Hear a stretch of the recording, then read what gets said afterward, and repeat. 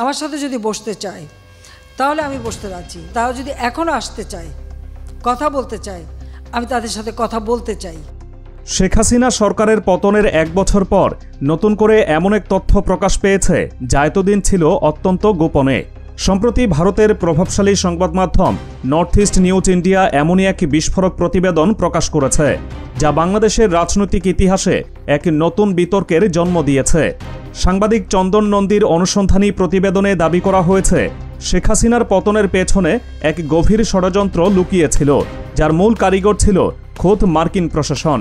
আর সেই ষড়যন্ত্র বাস্তবায়নের জন্য তারা ব্যবহার করেছিল শেখ হাসিনারই মন্ত্রিসভার 3 জন অত্যন্ত বিশ্বাসভাজন ও প্রভাবশালী ব্যক্তিকে। এই 3 জন ব্যক্তি যারা ছিলেন সরকারের ক্ষমতার কেন্দ্রে, তারাই নাকি নিজেদের সরকারের বিরুদ্ধে কাজ করেছেন। কারা ছিলেন সেই 3 জন, আর কেনই বা মার্কিন প্রশাসন তাদের ব্যবহার করেছিল, এবং ঠিক কোন পরিস্থিতিতে তারা নিজেদের নেত্রীর পাশ থেকে সরে দাঁড়িয়েছিলেন যার কারণে শেখ হাসিনার পতন ঘটেছিল। নর্থ ইস্ট নিউজ ইন্ডিয়ার প্রতিবেদন অনুসারে 2024 সালের 5ই আগস্ট শেখ হাসিনার ক্ষমতা হারানোর কয়েক মাস আগে থেকেই মার্কিন ডিপ স্টেট একটি নিখুঁত ছক কষেছিল।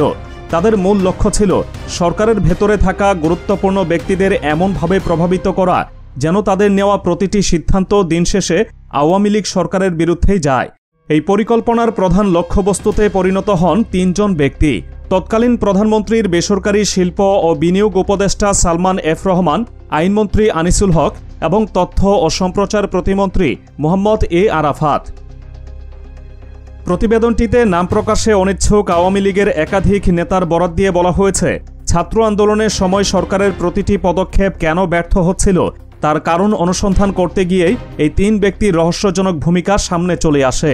তাদের কর্মকাণ্ডগুলো বিচ্ছিন্নভাবে দেখলে হয়তো সাধারণ প্রশাসনিক সিদ্ধান্ত বলে মনে হতে পারে, কিন্তু সবগুলো ঘটনাকে এক সুতোয় গাঁথলে একটি ভয়ঙ্কর চিত্র ফুটে ওঠে যা সরাসরি মার্কিন প্রশাসনের উদ্দেশ্যকে সফল করতে সাহায্য করেছিল। এই 3 জনের মধ্যে মোহাম্মদ এ আরাফাত এরই মধ্যে পশ্চিমা যোগাযোগ কাজে লাগিয়ে বিদেশে পালিয়ে গেছেন বলে ধারণা করা হচ্ছে। তার বর্তমান অবস্থান সম্পর্কে সুনির্দিষ্ট কোনো তথ্য পাওয়া যায় না, যা এই রহস্যকে আরও ঘনীভূত করেছে। তবে সবচেয়ে গুরুত্বপূর্ণ তথ্যটি দেওয়া হয়েছে সালমান এফ রহমানকে নিয়ে, যিনি রাজনীতিতে দরবেশ নামেও পরিচিত। শেখ হাসিনার মন্ত্রিসভার একজন সিনিয়র সদস্য নর্থ ইস্ট নিউজকে জানিয়েছেন তিনি ব্যক্তিগতভাবে সালমান এফ রহমানের সঙ্গে মার্কিন কর্মকর্তাদের গোপন বৈঠকের বিষয়ে অবগত ছিলেন। তার ভাষায়, দরবেশ অত্যন্ত সুকৌশলে প্রধানমন্ত্রী শেখ হাসিনার চারপাশে একটি অদৃশ্য দেয়াল তৈরি করে ফেলেছিলেন। তিনি প্রধানমন্ত্রীর সঙ্গে কার যোগাযোগ হবে বা কে সাক্ষাৎ করবে তা প্রায় একাই নিয়ন্ত্রণ করতে শুরু করেন। এর ফলে দলের অনেক বিশ্বস্ত ও পরীক্ষিত নেতাও প্রধানমন্ত্রীর কাছ থেকে দূরে সরে যেতে বাধ্য হন, যা শেখ হাসিনাকে ক্রমান্বয়ে একা করে ফেলে। নর্থ ইস্ট নিউজের প্রতিবেদনে সেই নেতার উদ্ধৃতি দিয়ে আরও বলা হয়েছে, সালমান এফ রহমান, আনিসুল হক এবং মোহাম্মদ এ আরাফাত এই 3 জন অন্তত 2023 সাল থেকে বাংলাদেশ এবং বিদেশে কর্মরত মার্কিন কর্মকর্তাদের সঙ্গে সরাসরি যোগাযোগ রক্ষা করে চলছিলেন। শেখ হাসিনা হয়তো ঘুণাক্ষরেও সন্দেহ করেননি যে তার সবচেয়ে কাছের মানুষেরাই তার অগোচরে ভিন্ন কোনো পরিকল্পনার অংশ হতে পারেন, কিন্তু প্রতিবেদন অনুযায়ী এখন তিনি তাদের ভূমিকা সম্পর্কে পুরোপুরি অবগত। এই ষড়যন্ত্র কতটা গভীরে বিস্তৃত ছিল তার একটি ধারণা পাওয়া যায় 2022 সালের জুন মাসে ভারতের একটি কেন্দ্রীয় গোয়েন্দা সংস্থার রিপোর্টের রেফারেন্সে। নর্থ ইস্ট নিউজ সেই রিপোর্টের বরাত দিয়ে লিখেছে, তৎকালীন মার্কিন রাষ্ট্রদূত পিটার হাস, যিনি বারবার বাংলাদেশকে গণতন্ত্র ও মানবাধিকারের কথা স্মরণ করিয়ে দিচ্ছিলেন, তিনিও ছিলেন শেখ হাসিনা সরকারকে ক্ষমতাচ্যুত করার এই বিস্তৃত পরিকল্পনার একটি অবিচ্ছেদ্য অংশ।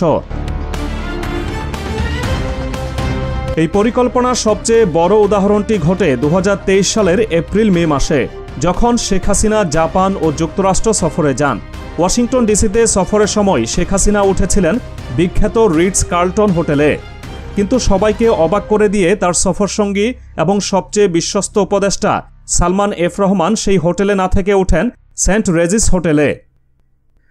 নর্থ ইস্ট নিউজের সেই সূত্র অর্থাৎ আওয়ামী লীগের সেই নেতা দাবি করেন সেন্ট রেজিস হোটেলে একটি গোপন বৈঠক হওয়ার কথা ছিল, যেখানে একটি নতুন মিডিয়া প্ল্যাটফর্ম চালুর পরিকল্পনা চূড়ান্ত হওয়ার কথা।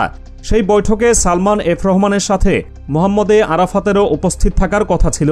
সেই নেতা বলেন, আমি যখন বৈঠকে প্রবেশ করতে যাচ্ছিলাম ঠিক সেই মুহূর্তে আমি দেখি মার্শা বার্নিকাট, যিনি 2015 থেকে 2018 সাল পর্যন্ত বাংলাদেশে মার্কিন রাষ্ট্রদূত ছিলেন। তিনি একটি কক্ষ থেকে বেরিয়ে আসছেন যেখানে দরবেশ অবস্থান করছিলেন।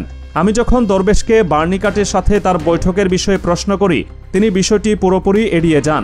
প্রথমে বলেন এটি একটি আলাদা বৈঠক, পরে বলেন তিনি তার অতিথিকে অন্যদের সামনে আনতে চাননি। এই ঘটনাটি প্রথম বড় ধরনের সন্দেহের জন্ম দেয়। নর্থ ইস্ট নিউজের সূত্র অনুযায়ী সালমান এফ রহমানের সাথে শুধু বার্নিকাটই নন, আরও অন্তত 6 জন প্রভাবশালী মার্কিন ব্যক্তির নিয়মিত যোগাযোগ ছিল। তাদের মধ্যে ছিলেন সাবেক মার্কিন রাষ্ট্রদূত উইলিয়াম বি মাইলাম এবং তৎকালীন উপসহকারী পররাষ্ট্রমন্ত্রী আফরিন আক্তারের মতো ব্যক্তিরাও। অন্যদিকে মোহাম্মদ আরাফাতের একটি মন্তব্য পুরো পরিস্থিতিকে আরও জটিল করে তোলে। ছাত্র আন্দোলন যখন তুঙ্গে, তখন একটি টেলিভিশন সাক্ষাৎকারে তিনি বলেন, শিক্ষার্থীদের আন্দোলন মোকাবেলার মতো যথেষ্ট বুলেট সরকারের হাতে আছে। তার এই একটি মন্তব্য মুহূর্তেই দেশব্যাপী সরকারের বিরুদ্ধে ক্ষোভের আগুনকে বহুগুণে বাড়িয়ে দেয়। নর্থ ইস্ট নিউজের সূত্রটি বলছে, ওই সময়ে এমন একটি কথা বলা নিছক বোকামি ছিল না, এটি ছিল পরিস্থিতিকে জড়ো করে একটি বিশাল সমাবেশ করা হবে। উদ্দেশ্য ছিল রাজপথ নিজেদের নিয়ন্ত্রণে রাখা এবং নিজেদের শক্তির জানান দেওয়া। কিন্তু 30 জুলাই যখন পরিস্থিতি সবচেয়ে উত্তপ্ত, তখন ঘটানো হয় আসল খেলা। নর্থ ইস্ট নিউজ জানাচ্ছে, সালমান এফ রহমান সেই মুহূর্তে শেখ রেহানাকে যুক্তরাজ্য থেকে যত দ্রুত সম্ভব ঢাকায় আসতে অনুরোধ করেন।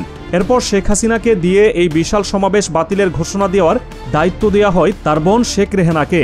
তাকে বোঝানো হয় এই সমাবেশ করলে বড় ধরনের হতাহতের ঘটনা ঘটতে পারে, যা সরকারের জন্য আন্তর্জাতিকভাবে বিপর্যয় ডেকে আনবে।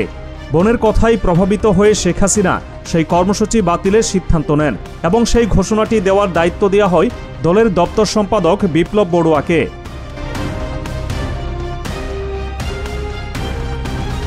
তবে শুধু অভ্যন্তরীণ বিশ্বাসঘাতকতায় নয়, শেখ হাসিনার পতনের পেছনে আন্তর্জাতিক অঙ্গনে তার কিছু সিদ্ধান্তও বড় ভূমিকা রেখেছিল বলে মনে করা হচ্ছে। নর্থ ইস্ট নিউজ জানাচ্ছে, 8 থেকে 10 জুলাই শেখ হাসিনার বিপর্যয়কর চীন সফর ছিল তার বিচ্ছিন্ন হয়ে পড়ার একটি অন্যতম কারণ।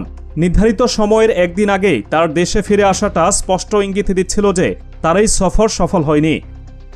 পত্রিকাটির সূত্র মতে, ভারতও সে সময় শেখ হাসিনার ওপর নাখোশ ছিল, কারণ ভূরাজনৈতিকভাবে স্পর্শকাতর একটি সময়ে তার চীন সফরকে দিল্লি একটি ভুল সিদ্ধান্ত হিসেবেই দেখছিল। তাই সব মিলিয়ে শেখ হাসিনা এমন এক চিপায় আটকা পড়েছিলেন যেখান থেকে বের হওয়ার পথ তার জন্য প্রায় রুদ্ধ হয়ে গিয়েছিল। আজ 1 বছর পর কলকাতায় অবস্থানরত আওয়ামী লীগের অনেক নেতাই দলের শীর্ষ নেতৃত্বের সেই সময়ের সিদ্ধান্ত নিয়ে ক্ষোভ প্রকাশ করছেন। তারা মনে করছেন, বাইরের ষড়যন্ত্রের পাশাপাশি ভেতরের মানুষদের ভুল চাল এবং আত্মঘাতী সিদ্ধান্তই দলটিকে পতনের দ্বারপ্রান্তে নিয়ে গিয়েছিল।